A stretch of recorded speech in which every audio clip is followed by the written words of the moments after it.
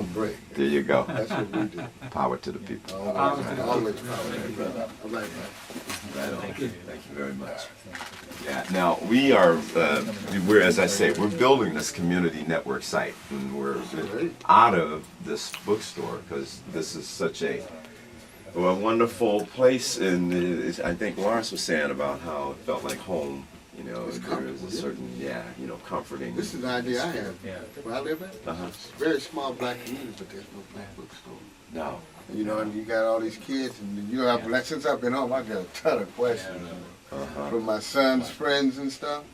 The football kids that I used to go put in the car, take them all to football practice and baseball. Yeah.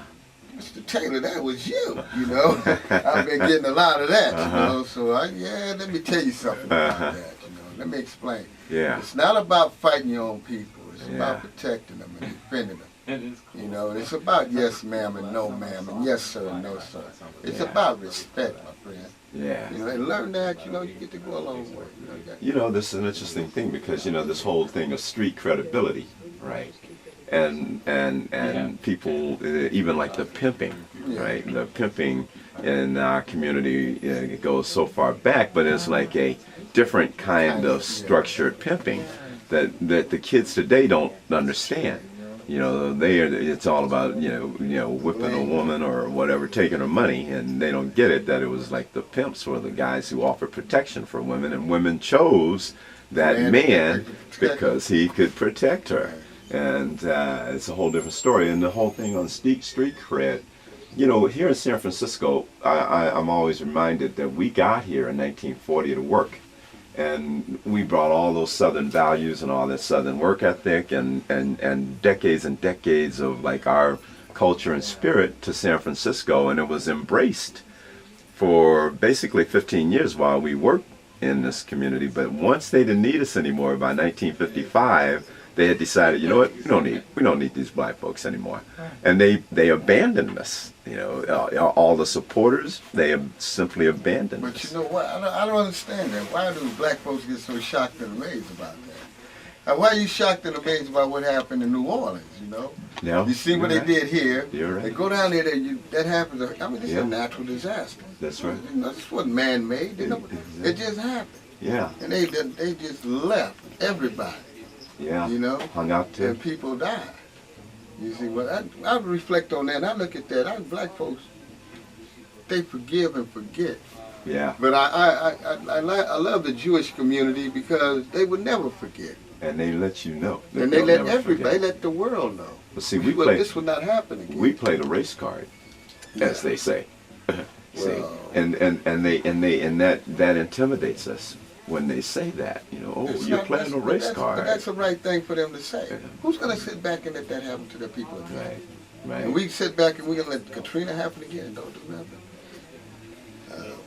Maybe I'm saying enough. No, yeah. Maybe that's enough for me. But you know, that kind of bugs me. Oh, it bugs me. I'm emotional. I'm not as cool as these guys. I know I'm they a feel youngster it. sitting around here. I still got a few oats I want.